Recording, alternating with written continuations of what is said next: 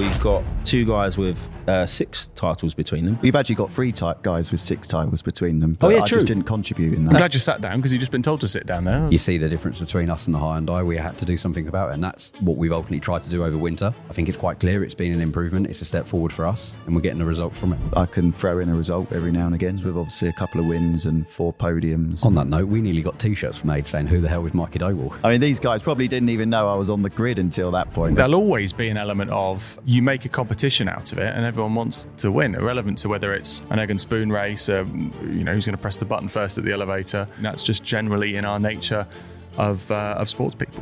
What's it feel like racing against the guys that you looked up to? I kept saying to myself, they're just names on windows. They're just human beings. There wasn't really a lot of expectation in driving that car at the time. It was getting a lot of stick for being the oldest car on the grid, like it might be invited to Goodwood soon and that type of thing. The revival, yeah? Yeah, the revival, yeah. Are you feeling that pressure now heading towards a potential 5th title?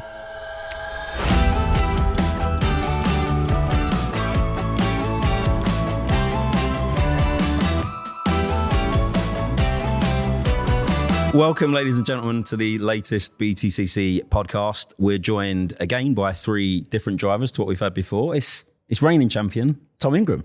Welcome. Hi, thanks. It's Mikey Doble, race winner this season, and 4-time champion and current championship leader, Ash Sutton. How are we all doing, boys? We're doing great, thanks. I thought I'd jump in there. We're doing great, thank you. We've just finished our million-week summer break, and I think we're back and refreshed and ready to go around in circles again. It has been quite long, hasn't it? And I know you might think this is boring, but fans will be very interested to know, what have you guys been up to? Are you able to switch off, or are you kind of still focusing on the game? A lot of beers and barbecues, really, isn't it? It was a lot of that. The weather's been lovely, isn't it? It's been ridiculous, hasn't it? Actually outrageous. I think actually we picked quite a good batch of time not to be in a race car, surely. That would have been quite uncomfortable. Get rather warm, doesn't it? I mean, it's... Do you have windows? Do you have wind-down windows in yours? Do you have wind-down windows in yours? Funny enough, we were discussing this earlier because you need to have the glass windows to have that, don't you? Because otherwise the Perspex ones would just be flapping all over the place. I was always really envious of the Hondas. Honda, yeah. They always used to have electric windows. Oh, I remember this, yeah. Yeah, we had it in the Subaru, to be fair. Did you? Yeah. And when it was warm, you would watch them on the in-lap or the out-lap or anything else that didn't really matter. Just with the window down, with the wind through their hair, having a lovely time. And whilst we're there cooking like an egg, I was always very envious of it. So there's no sporting benefit to not having windows? Is that just a cost placement? It depends if the window switch, that's all it does is put down the windows, eh? Oh, controversy. Suggesting what? Wait, where are you going with that one? Finish it off. Do you not change engine map on your one then? Well, not via the window switch. No, you're using the wrong button. Well, yeah. Well, if you use the window switch, some people have the switches on the steering wheel, but then there's the ones where, maybe after the race when the window's down, you're letting some air in. Obviously, yeah, just as you're going over the weighbridge and that. Controversial, but I quite enjoy it. Okay, let's talk about the season so far. We've got 2 guys with 6 titles between them, but we're going to start with a man. You've actually got 3 guys with 6 titles between them, but I just didn't contribute in that. That's a good point. That is a good point. But some may say, Mikey Doble. I'm glad you sat down because you've just been told to sit down there. It is only a matter of time. And looking back at the start of the season, you won that first race. And not only a dream start for the new car, but it has been a great car straight out of the box, hasn't it? Yeah, I mean, I think the car has been quick from the start. I wouldn't say we've really made it any better over the first half of the season. We just kind of ran with what we got. And then the mid-season break was the first chance we've had to really reset and do. We've actually had a really good couple of days testing over at Pembrey, which is the first time we've actually been able to try some things with the car and move it forward. But yeah, it's been a promising start to the year. Would have liked to maybe be a few positions higher up in the championship, but it's certainly better than we've ever done before. And I know you look at the overall championship, I know that, but obviously there's other things to win this year. Are you focused on those, independents, etc.? I try not to think too much about it for the beginning part of the season. I think as the season starts to take shape and perhaps the top 3, if that becomes sort of out of my reach of the overall championship, then you might start to shift the strategy on your weekends to try and maximise independent points a little bit more. But we're still quite early in the season. We've only done 4 rounds. So I think if we're doing well in the overall championship and we're bringing trophies home, then the chances are we won't be too far away in independence either. So. And boys, either side, you've obviously both driven title-winning cars, many of them. Do you actually have enough time or interest to look at a team like Power Max and you see them having designed a new car and brought it to the championship? Are you impressed by other teams when you see that kind of effort? Yeah, I think I'll jump in there first. Ultimately, watch what everyone's doing. At the start of the season, it's a blank canvas. So you look what everyone's doing, and for sure, Power Max have done a mega job to bring a new car to the championship, to bring obviously 3 of them, which is now soon to be 4. So yeah, and you look at how they performed out the box. They're all very strong at Donington. Same as any car, there's always any new car. There's always obviously room for improvement, and as Mikey's touched on, they're only going to get better. So it only bodes well for the championship and for the fans. And touching on your car, I spoke to you in pre-season. I don't know if the word unsure is not maybe the correct word, but you were looking at the improvements, but you were kind of like they're very incremental during the testing phase. It's fair to say it's come alive in that first half of the season. Is there something that you can point to specifically in terms of what you've learnt about this car and how much it's improved from that early test, those test days into now? Yeah, ultimately, it's quite clear from the outside what we're trying to do. We lacked a deficit at the end of the day over the past few seasons, or just purely down to car shape. So you see the difference between us and the Hyundai. We had to do something about it, and that's what we've ultimately tried to do over winter. I think it's quite clear it's been an improvement. It's a step forward for us. We're still driving the same car fundamentally underneath. We haven't changed anything in that respect. We're still using the same tool set to make the thing go quicker. So yeah, I wouldn't say we've moved the goalpost massively. We've just made it a little bit slipper in a straight line, and we're getting the results from it. And Tom, proven package, reigning champion, but you now have the job of chasing this man, which you've done many times before, and vice versa. You seem like you've been chasing each other, which is a weird thing to say. But for the last 5 or 6 years, it feels like it's been that way, hasn't it?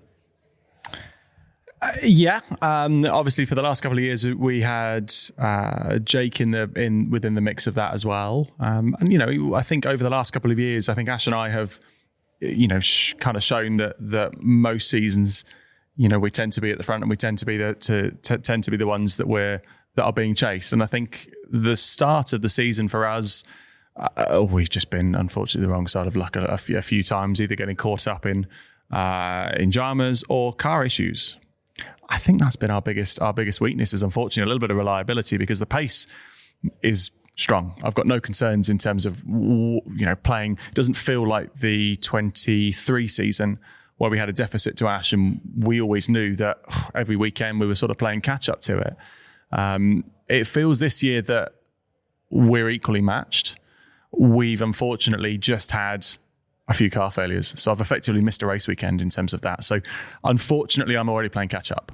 The difficulty is the person you're catching isn't a fool. So you're not going to... Sometimes he is. Sometimes... Yeah, you don't see me on with that bad days. Sometimes we hope that he is more of one. But the big swings in points gaps are very, very difficult to achieve. So with just shy of 50 odd points, we need, in the nicest possible way, Ash to have a little bit of misfortune, because we just have to kind of keep plodding on and just keep looking at the bigger picture as the year progresses. But from a car perspective, I feel strong. The car feels fantastic. It feels really good. We've probably like Napa and everybody really, you never find a sort of a singular smoking bullet that you go, haha, there's 4 tenths, 5 tenths. There's loads of individual little things that can, if you have a very good off season, you could make that, but it never really happens. So all of the gains, all the time that you find over winter is all in just small, little, tiny bits, and it's kind of worked for us because it feels strong. Car feels good. It's kind of doing what I want it to do. We've just unfortunately missed a race weekend effectively. And when you look at that points deficit and the points swing, as you mentioned, do you sometimes, not that you look at the other guys and hope that they step up as such, but I guess other seasons where it's a 4 or 5 horse race and other people are taking points off Ash, I guess you need help from others as well as yourself, don't you? Because you can't finish first and second. No, I think you're right. I think that there's always an element of being aware of who your competitors are. and trying to race against them on the right day. And we've seen that certainly over the last couple of years since we've moved away from the weight into hybrid and into this boost era, that you can be a lot more consistent over the course of the year. You don't get those big swings in race positions and qualifying down in 18th and 19th like we used to when we had a church roof in the passenger seat. Now it's much more of a case of fast consistency, and we've seen it over certainly over last year and the year before that Ash and I will be very equally matched. But the delta to third is only a little bit, and the delta to fourth. So it's tough to sort of outscore big. And you're absolutely right. You then need other people to try and slot in. But whilst they're slotting in, they're taking points away from me, or they're taking points away from Ash, however you see it. That sometimes you don't really want them in the way. You just kind of want to do your own thing as well. And Mikey, talking about the titles, you are a very modest chap, but I have genuinely heard many people talk about you and the way you've grown in this championship. I know you want to be a champion. You believe that that's something that's possible in your foreseeable future?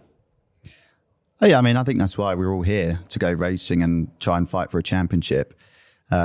Yes, I mean, you're right to say that I've grown into the championship and kind of got more confident as a driver, but I think it'd be wrong to say that the performance from when I started the championship back in 2023 to where I am now is all down to me. I don't think I'm that much of a different driver now to what I was when I came in. I think that the team has grown a lot with me, and being PMR's longest serving driver, I'm in my fourth season now. I mean, no one before has done more than 2 seasons with that team. So, you know, where we picked up with them back in 2023, they'd come off probably the back of one of their weakest seasons in their time in the championship, really. And there wasn't really a lot of expectation in driving that car at the time. It was getting a lot of stick for being, you know, the oldest car on the grid. Like, it might be invited to Goodwood soon and that type of thing. And I think, revival, yeah? Yeah, the revival, yeah. It's too new for the members meeting. So too old. But yeah, like being in that car and just sticking with it and the continuity, we developed the car to a point where it was competitive again. And I think that if you'd have picked up last year's Vauxhall Astra and maybe rewound the clock 5-6 years, it probably would have been a championship contending car. But unfortunately, the cars had just moved on to that next level and kind of left that car in the dust a little bit. So, and then obviously we've come out this year with a brand new car, which is quick and has shown a lot of potential. I think we can make it a lot quicker. And hopefully from this point onwards, we will be. But, you know, it's been a whole team package. I think it'd be doing myself a little bit of disservice to say that the reason I was running down towards the back when I started was all because of me, because we have grown as a team and the cars have got better as well. No, but I'm going to ask the other two the same thing. But I think you're right. The car and the team and the package has improved, but your talent was fairly evident straight away. Did you feel like an immediate part of the championship, or has there been a moment over the last couple of seasons where you feel like I'm here to stay and I belong at the sharp end? Yeah, no, it's a good question. I think for me, being a club racer really before I did British touring cars, there's an element of like imposter syndrome when you first come into the championship. And I think when I first started, it's the championship I've always wanted to race in. Like, it was always a childhood dream. And then suddenly when you're here, it's like, bang, it's like you're thrown into the deep end, like sink or swim. And it's so different and so much more hype around the championship than anything else in probably European motorsport. There was quite a lot to take in. And you know full well that there's thousands of license holders in the UK that are seeing me jump from a similar sort of level of racing to them into the British Touring Car Championship and watching me race on ITV4, and you know that they want my seat as well. So there's quite a lot of pressure to fit in and show that you belong in the championship. And I think I always felt like I can hold my own in this championship, but as is anything, time will tell. And then I think when you get the moments, like the big one for me was the pole position back at Silverstone in 23, we managed to put something else on the front row other than a blue and yellow Ford, was probably a bit of an eye-opener to the rest of the paddock that, you know, maybe I can throw in a result every now and again. And then from there, we've had plenty of other moments with obviously a couple of wins and 4 podiums and a few other nice On that moments. note, we nearly got T-shirts made saying, "Who the hell is Mikey Doble?" I mean, these guys probably didn't even know I was on the grid until that point. They thought like a fan had hijacked one of the cars and gone out and put it on pole. So, And in terms of this side of the game as well, I'm sure both the TV, fans, media side, that was all completely new for you as well, wasn't it? yeah, absolutely. It's just like as I said, there's nothing that can prepare you for British touring cars. And whilst I achieved as much as I could achieve in the previous formulas I was in the Ginetta GT5 and the BMW Compact Cup Championship, I felt like to try and bridge that or fill that gap between there and British touring cars wouldn't have necessarily made me any better as a driver. I would have just been even more penniless coming into the championship. So it was like, well, we may as well just, if now's the time, coming off the back of being a double champion, let's just try and make it happen. If it doesn't work out, it doesn't work out. But at least we've been on the grid and given it a go, which is obviously, a massive achievement in itself. Absolutely. Might make the other two feel a bit older. Tom, he's just, 2012, 13? 2013. The good thing is with you come with a bank of knowledge, and I think that's the thing that really that's what really separates you amongst from the other sort of the sports media agencies is your knowledge. No, I started in 2013. It was the same year, wasn't it? No, 2012. no. 14. Even the doors collapsed. You didn't get that right. It was 14. 2014. Okay. Imposter syndrome. Are you feeling it all right? Or? Yeah, no, Yeah. I remember in your first season. Yeah, so that 2014 season was the year of the 7 previous champions. Yes. Yeah, it was the Magnificent Seven. Yeah. That's actually nuts, isn't it? Yeah, To think that we it had is. 7 former champions. And we're Could now, you actually name them like now? Wow. Do you want to do back it? to I think we Simon should- with his knowledge here? Or Yeah, we where put this on are Tom? we going with this? Let's 7 champions. I can could probably do give it a go. I'll do it. Go on. So Yeah, well, he knows everything about this Well, championship. hang on. It would be actually funny. It can. Hang on, Go on, Si, Si. go on. Come on. You first. So Jason Plato. yeah, Matt Neal. yeah. Colin Turkington. Gordon Shedden. Andrew Jordan. 5. You're missing 2. Oh, who have I not? Oh, I can't believe no. you've forgotten the No, legends. hang on. Mate, you've forgotten the Oh, legends. Fabrizio Giovanardi. Yeah. Alan Manu. Yeah, Well you done. nailed it. I think Well you done. can give yourself a pat on the back for Get that. in there. Thanks, Mikey. you've stolen my moment there. No, Like, you, Do you want to have a go now? Mikey is the encyclopedia of BTCC knowledge, and I do rate that. It is absolutely fantastic. Okay, but we are going to go back to your first season. Okay, yeah, fine. Your first couple of seasons, really. Yeah. What year was that again? 2014. Okay. I remember it well. Yeah. Jason Plato, couple of battles with him. Rockingham. See, I do remember. Yeah. What year was that? Oh, 15? It was 15. Yeah. God, I feel like a quiz master now. And then 2015. And then Yeah. there was the Jason Plato Silverstone battle as well towards the end of... Was that the same season or was it a later one? I think there was quite a few years later on, actually. I think it might even have been Corolla days, potentially. Really? Yeah. But I feel like the Rockingham one was a real rival moment. Yeah. Fair? And I think Mikey was actually right with it, that you don't feel like you're a different driver, but you massively are. And a lot of it actually came from, I think, just you, and Ash will have been exactly the same, actually just from your own, it's not even confidence, it's just a little bit of feeling a little bit less in awe of the situation. Because I remember turning up to my first driver's briefing in 2014 and sitting there and going, "Oh my God, why am I?" did you get your autograph book out? And just Not, I wasn't quite. We weren't quite there. I wasn't quite that far, but Just you go over front. yeah, I think that was the first time and only Speaking time of I've which, ever seen can that. I have a couple of minutes of your time when we finish this? And actually, you spent that time in the driver's briefing and you were going, "Oh my God, you sat next to so-and-so and you sat next to so-and-so and then you're on the grid." And that for me was one of those that took a while to sort of get used to, because at the time I was driving for Speedworks, one car. So I didn't have anyone else to be able to go, what do I do here? Like, how do you do? What do you do here? And all the little silly little bits and pieces that take up energy, like, what do you do before pit lane walkabout? Where should I go? What should I do? All the little bits and pieces that you actually forget about, but adds a bit of stress to you as a driver. So I had to learn it all on the fly. So I had to, didn't have any bank of data. You spend your you spend your first year self-learning how to do everything, how to get the best out of the car, how to get the best out of you, and stuff like that. And it probably took that first season of just going, it felt like such a whirlwind. I remember my very, very first race weekend, I got to just before race 3, and I was sat in the garage and I'm thinking, I'm absolutely broken.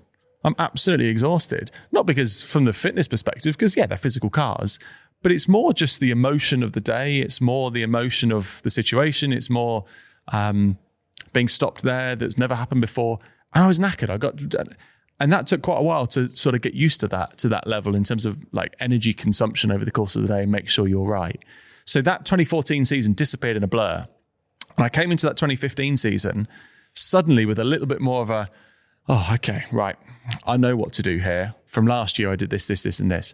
And you just get, it is probably a little bit of just confidence that you know what to do, where to go, who to speak to, who not to speak. You know, all those little bits and pieces that you just get used to it over time. And because I was doing it on my own, it just feels like it takes longer to get there. And they say it about every sport. Experience, it does count massively, as you say, because you have that first battle with a Jason Plato, then a podium, then a win, and then you've kind of had those seasons where you were challenging for titles but it didn't quite happen, and they all stand you in good stead, presumably, for that first title. Yeah, yes. I think the that classic thing of you learn more from your defeats than you do your victories, I think it was fairly evident with that. And that Jason race was case in point of that up until that race, I'd gone from, and a bit like and Ash would have been from a similar experience as well, that sometimes coming from the support series isn't that great. And now the reason I say that is because you get a little bit of a false sense, because you're coming in every weekend and you're winning in a support series, or if you left a weekend and you hadn't had a victory, it felt like a disappointment.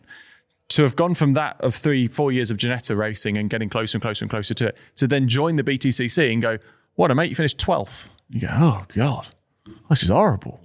And it takes quite a while to get that confidence back, that you start to go into this like circle of self-doubt, and you go, I was winning in Ginettas, I was winning this, and I'm coming into it and I'm like 7th, 8th.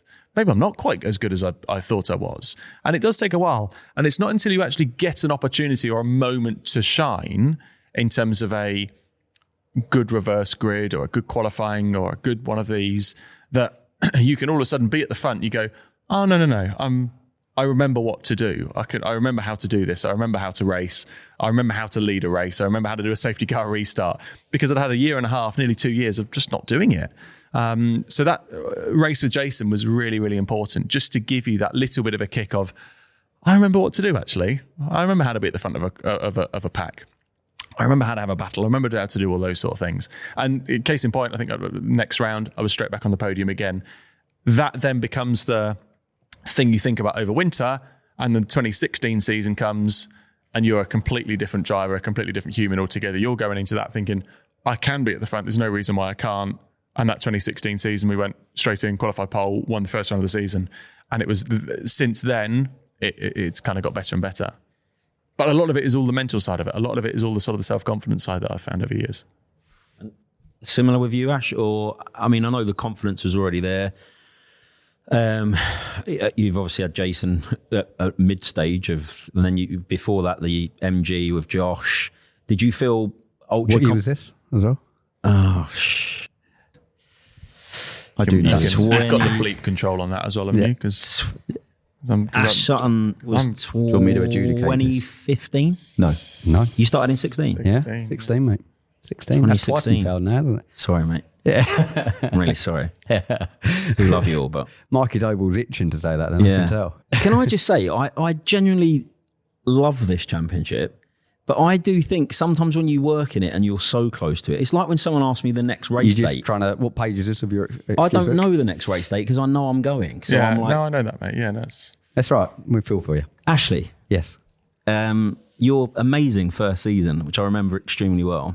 Did you feel comfortable? What were you watching? Did you feel comfortable almost immediately, or did it take time for yourself?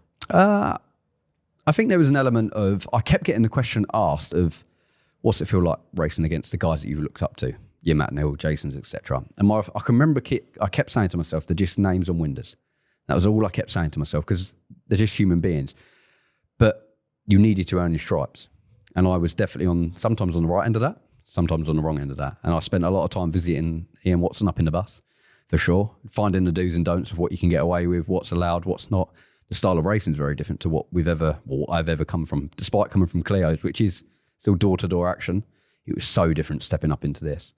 But I was maybe a little bit different to what Tom was touching on. I'm sat alongside Josh. He'd just done his rookie year in 2015. So he'd almost gone through the cycle that I'm about to start. So he very much was a good guidance for that. We've become sort of great friends on and off track from that. But yeah, it was a real learning curve year for me. So we had some real highs. We had a fantastic media day just on the initial launch.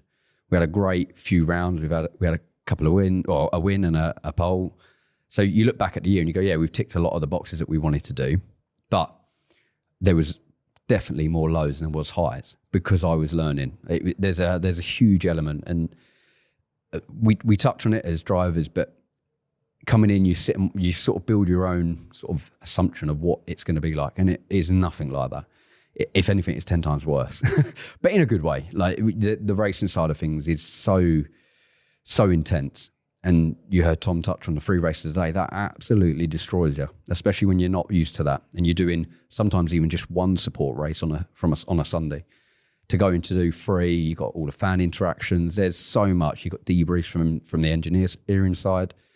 There's a lot that you have to suddenly adapt to, take on board, and your process is almost burnt out come midday, and you still got to keep going. So I can remember there was a couple of times on a Monday where I was dead to the world. It was literally, it took me half a day just to recover. It takes me a day now, but it's definitely a process. And for sure, you go through that process, the highs, the lows, the results, the DNFs, maybe the odd puncher. There's so much you need to learn and manage. You then sit on that over a winter and you can learn so much from that. And you can come bouncing back just as strong, if not stronger, from what you experienced in your support days, shall we say. So yeah, I come back as a completely new driver. And over the years, I would say I am a different driver to who I was in 2016. No doubt about that. I've had to adapt and mold myself into this championship to go and get the results I want. Work with the car crews. That's another big factor we don't really touch on. Building that car crew around you is so critical. And I've took the same car crew with me now through 3 different teams, 3 different cars, front-wheel drive, rear-wheel drive, and we've succeeded through all of that, and they're a big part of that. So there's lots of bits you need to get right. The stars need to align, and then you got to make the most of that opportunity because you don't know when it's next going to come. And Tom touched on it a little bit there. And a lot of sports people have said this. Do you actually, like, the defeats feel much greater in their feeling than a victory, if you know what I mean? You almost look back at the disappointment days more so than the good ones. Is that a true thing that you do sometimes to sort of beat yourself up? I don't know. Yeah, you need the good days to pick you back up for sure, to prove to yourself and everyone around you that you can still do it. But the bad days, shall we say, they're the ones where you're really learning. They're the ones that make you stronger. You come back in a much different mindset. So the bad days there's more bad days than there are good. And for sure, the bad days are the ones that you need to capitalise on. Good stuff. Right, let's go back to the start of the season. We've talked about Mikey winning the first race, but I'm going to go back to the day before. We've spoken to all of the drivers so far that we've had on the podcast about the qualifying race. The first podcast we did was pre-season. We were wondering what it was going to be like. Is it going to be a procession? Are people going to risk places for the odd point? You two decided to quell any of those rumours within like the first lap of the qualifying race. I know that's obviously not part of the plan. I'm sure you were going in there for a nice, quiet, peaceful contest. But did you know, all of you deep down, that it was going to just be another flat-out BTCC race? What's your thoughts, Tom? What did you go in with? Just out of interest, I think there'll always be an element of you make a competition out of it, and everyone wants to win, irrelevant to whether it's an egg and spoon race, who's going to press the button first at the elevator, who's going to eat their dinner first. I think if you put any competitive people in an environment where there's a victory or a second place, we'll all kind of go for it. I think there's an element of relevant to whether it's 1 grain of sand or £1 million, I think we would all want to win, because I think that's just generally in our nature of sports people. Yeah, and I think there was this talk of it being still qualifying. It wasn't. You put us on the grid with a set starting lights, the engine noise, it's not qualifying. Mindset change. So there's a big factor of that. And I can remember sat at whatever, said the race was 3 o'clock. I can remember sat saying it's a fantastic idea prior to that. But come the end of it, when we were obviously in the gravel, it didn't change my mindset on the whole format. I still love the format, but yeah, I was caught on the downside of it, and the wrong side of it. And that was the first time out of twice already this year that I've been on the wrong side of it. So it has a huge impact to race day, but it's definitely a competitive element of it, and that will never go. I think if anything, that's only going to add more wood to the fire over the year goes on. But you proved on race day, I guess you have those two different ways to attack a race day. Naturally, you're all trying to be up the front, and ordinarily you're trying to go for a textbook race 1 win, race 2 win if you can, and then see what happens in race 3. But you had to do the Sunday round the completely different way, which happens. But you can also make that work in this championship, can't you? Yeah, and I think you can make it happen more so now than what, let's say, in 2016, 2017, when we had 32 cars on the grid. It was a tough gig to do that. Still possible. I mean, we've had a couple of good goes, and I know Tom has as well, when the numbers have been 28 or around that area. But yeah, I mean, we're touching on the bad luck bit. We have had some bad luck, but they have just come on the Saturday. So we've been able to sort of bounce back from that, and we've had to do that twice. Look at, obviously, Donington, the opening round, Snet, we had the drama there. So yeah, twice we've had to bounce back.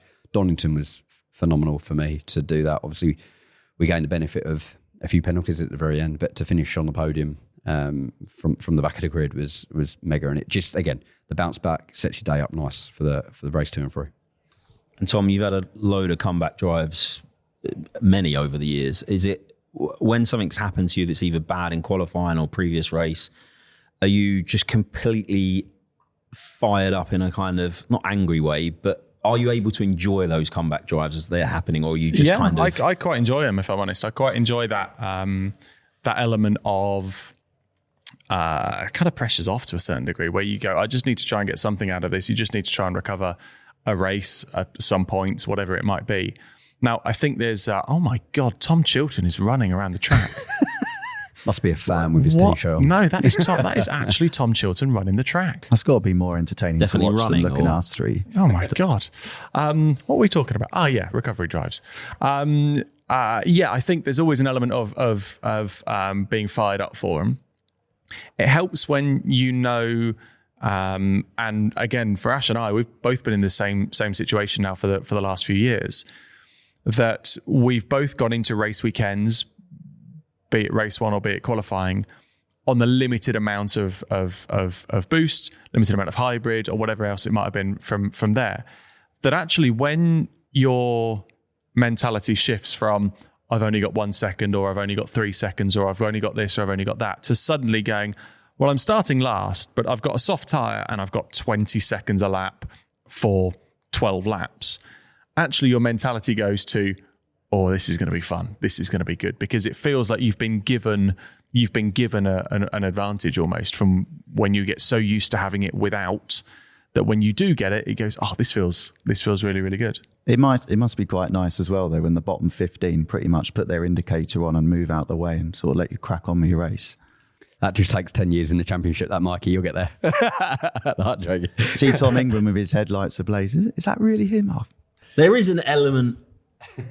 Oh, and there he's gone now. There is an element of that, I guess, and it's not quite indicated, although we did have that one season. Who was that? Andrew Jordan? Andrew Jordan, wasn't it? You remember that? You obviously remember that year, don't you? You won't forget that. I'll never forget. That was that classic year of 20... the old 20... 15. That was the Gordon Shedden drive. Yes. Yeah. Yeah. But that have we approved? Did we pass the test? Was that... Yeah, what you mean race 3 at Brands Hatch GP for the win? 2015. Yeah, see, we just had to check with the Oracle first. Yeah. But there is an element of a sports person that you earn those stripes, don't you? I don't think it's people necessarily indicating, but I guess you've got people that they know Ash is coming through. They know you're coming through. It would only potentially hold their race up if they were to fight for too long. To that. You got to think we've been in that scenario. I can remember whether it's 2016, 17, wherever. I've sat on the grid and gone, oh, so and so's behind me. They've been phenomenal. They're there for bad luck. We're having a bad time. You don't fight them because all I'm going to do is pause my own progress. So I can remember there has been scenarios where I have not waved a driver through or indicated or anything like that, but you don't make it hard. If they put a nose up the inside, you don't over defend. You don't do anything silly. You let them go, because at the end of the day, you might cost yourself a couple of attempts, not a second battling with them. So you look at it in that respect. It's about your own progress, and that I've been there and I've done it myself. Okay, so let's just close up looking at the end of the rest of the season, not the end because we've got 6 events still to go. It does feel weird that we've had a summer break and we've still got 6 races to go. Yeah, I don't like the fact we keep calling it halfway. It's been a real difficult one in the office to be like mid-season break, and it isn't mid-season. No, it's not, is it? But it did allow us all to watch the World Cup, so that was fine. You did a good job of that, didn't you? I did a very good job of that. It worked out beautifully, so thank you, everyone. Mikey, let's start with you. Plans for and targets really for the rest of the season. I've spoke to you earlier in the season as well. You've mentioned top 3 as being a real big point for you in the overall championship. Is that a target? I came into the year saying I wanted to be a multiple race winner this year and to be at worst top 6 of the overall championship. So I think we're sort of on course to do that. I do think as a goal, like 3rd in the championship would kind of be like almost like a championship win to me. I don't think that I'm going to be catching either of these 2 for the rest of this season. So, you've still got some obviously really fast people that are up just snapping at their heels like Dan Cam, and the 2 BMWs have been quick. But I think with the points gap and where we sit at the moment, if we really turn it on the second half of the season, then P3 is probably still within our grasp. But I'd consider a top 6 in the overall championship to be a really, really solid year. Multiple race winners. So if we could just get another race win between now and the end of the season, that'd be great. And independence as well. Like hopefully that would come as a byproduct of being top 5, top 6 in the overall championship. But even that this year is looking more competitive than ever, with BMW stepping down to independence. And the 2 blue Toyotas as well are now independent. So it is actually definitely one of the most challenging independent seasons. There's no doubt about that. So it will there'll be a lot of kudos to whoever wins that title. Tom, you're out here still absolutely trying to retain that title, but do you feel?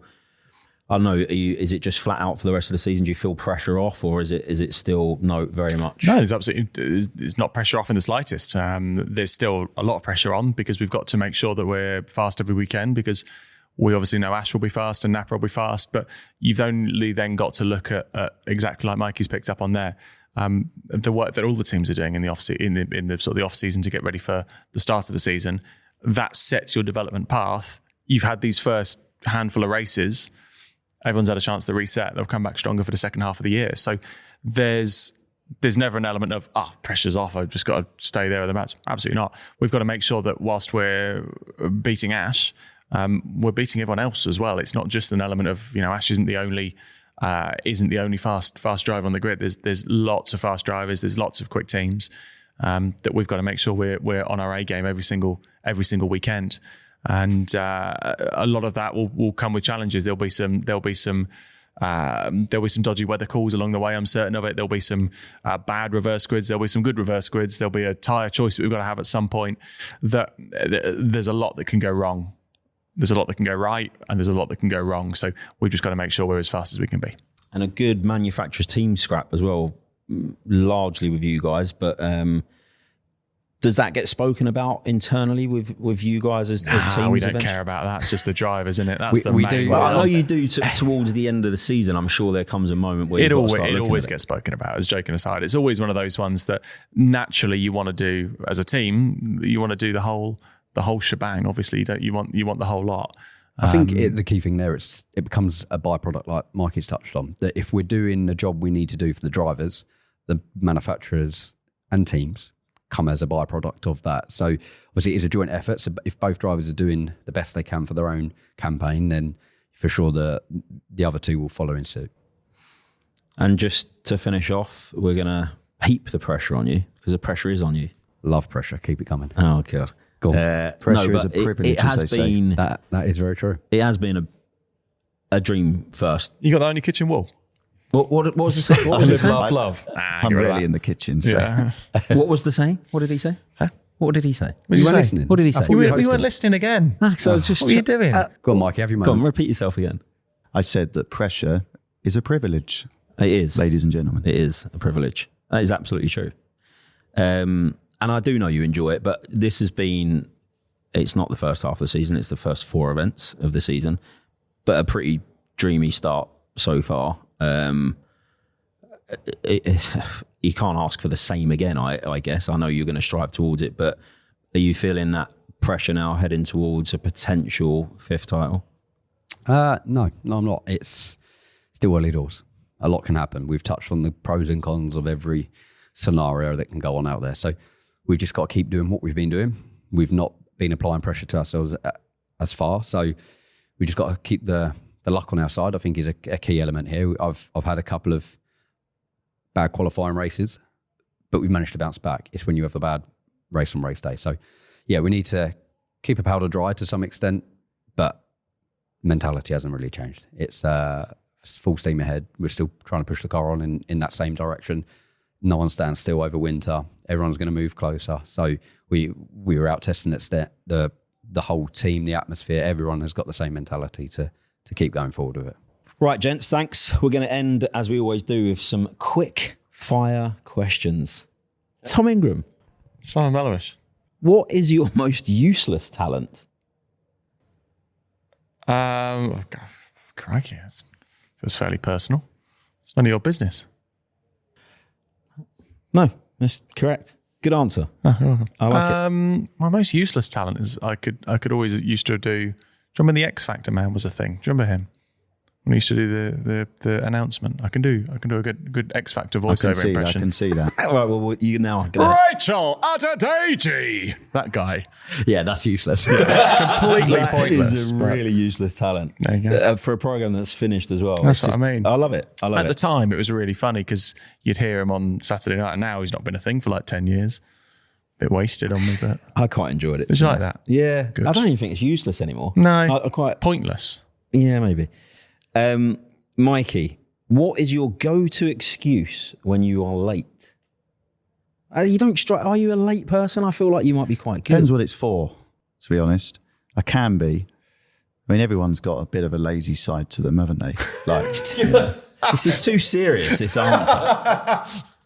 It's quick fire. I'm not saying there's an element of quick fire.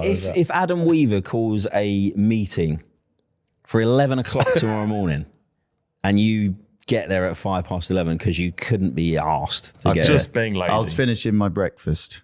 I was going up for seconds. there. Okay, I love it. What about if it's at lunchtime though? Still finishing his breakfast. Takes that long. Ashley, one thing people would be surprised to learn about you. I like cooking. Really? Yeah, I do all the cooking at home. Is there what's your go-to dish? Oh, that's a good question. I do like a Thai green curry. Love Chicken that. or prawns. Your choice is yours. Very good. That is absolutely fantastic. Tom, if you weren't in motorsport, where would you be? Where would I be? On the Quick beach? question. I would be on the beach. Yeah. Where would I be? I probably something in design. You know, I quite enjoyed the livery design stuff, the helmet design stuff, all that sort of fun stuff. So something in design, maybe. I like that. Mikey, who has the best race face on the grid? Who's got the meanest race face?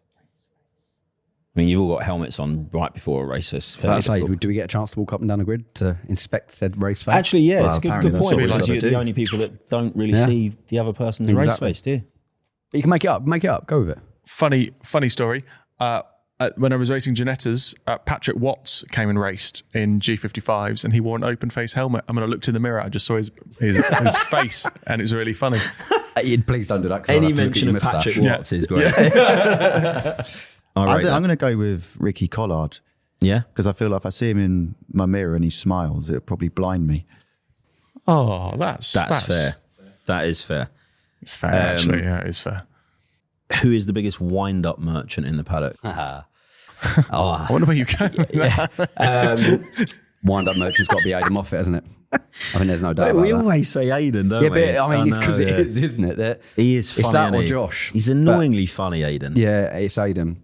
Yeah. I got a quick fire for Tom. Oh, this is good. Go on. How many times are you going to cut the final chicane this weekend? Depends if you fire me off, mate. Depends if you turn in, mate. What, you mean like 100 yards before the corner? Yeah, sorry about that. Yeah, you got to have momentum through, though, haven't you? Tom, if BTCC added one completely ridiculous rule, what should it be? Well, I mean, there's quite a few of them already. I would say that if you win, the next race you have to start from last. Love that. Oof. Well, like a full reverse grid. No. Everyone Not the finishes no, second then, but is what you're saying. if the top three podium, Yep. you get a podium, just that top three, then go to the back for the next race. Full fears. I personally don't think there should be a worry, wouldn't TTB it? penalty for race 3. I would if I had control over making a rule change, I would take away the TTB deficit on the race 2 winners, because I feel like it's a double whammy. You do a reverse grid, Oh, I see what you're and saying. then they haven't got the performance to then come through and put on a show. So I Yeah. think the penalty should be maybe a top 15 reverse grid. So like make the reverse grid bigger, but full then allocation. allow these guys, because it would usually be them going backwards, to actually have the full boost allocation to then put on a bit of a race and actually come through. Because otherwise it becomes a bit of a procession where you're just sat behind people that have got more TTB and you just sit there. Should we start a petition on that? I mean, it's fair. Mikey but Doble for back to again, it's quick fire questions. 2, I didn't ask you to slag off the current rules. Yeah, mate, what are you doing that for? So I didn't realise we're not allowed an No, opinion. I'm joking. Right. I'm joking. What about could we have race 1 be in the reverse grid, and then you? No. Okay, cool. That was a quick answer. Yeah, Quick You fire. wanted fair quick enough. fire. So. Last 2, not that interesting. Favorite Don't do them then. circuit Suits in the me to the UK, ground. Mikey Doble. We're right here, Thruxton. Really? Outright ballsiness of the track, flat out speed, or what is it about it? I've just always had quite a good car here. I like the fact it suits my style. You've got to be quite smooth out in the fast stuff. I think the complexes are quite satisfying to get right when you can really use the curb to your advantage to hook the car through. But I would not want to be driving here if I didn't have a good car underneath me. Final one, Ash. If the BTCC was to race at any other circuit, somewhere realistic where touring cars would excel around the world, where would you take the BTCC? If we could have one flyaway race. Imola. Imola. Lots of curb hopping. That's You a think of bit. the first sector at Imola. We get that. All the chicanes into the hairpin. Imola, I'm going with Imola. Is that Old school guy track. naked up there? Yeah, he's got a Mikey Doble tattoo as well. Weird. Well, I think that's a great time to end the podcast. I don't think there is a naked Imola's guy. a great shout. See, Yeah. I'm going with that. It's Imola's proper old a school, isn't it? great shout. I do. Imola is an unbelievable layout. I still, Like that. yeah. Where would Yeah. you go? Tom? Quick fire, where would you go? Anglesey. Anglesey, yeah. If you catch it on a good day. Mikey? Zandvoort? That's a shout. Zandvoort That's a would shout. be unbelievable. Yeah, that's a shout. And it's I'm fair That gonna- as feels very touring car. I'm going to just stick with it. Rockingham. Just bring back Rockingham. Yeah, agreed. It's a shame, isn't It it? is a shame. It's Major still shame. there. Did you We ever, could did go- you race at Rockingham? No. Oh, you've missed Rockingham was out. awesome. It is such a shame, and it is still there, isn't it? Yeah. Nothing really ever happened. Car with it. park. Bring back Rockingham. Petitioned. There you Done. go. What a way to end the podcast by saying bring back Rockingham. I wasn't expecting that. But thank you all for watching, and thanks, gents, for joining us. Subscribe, comment, follow the Ingram YouTube channel. And after you've done that, go on do the touring car one as well. You know, it makes sense.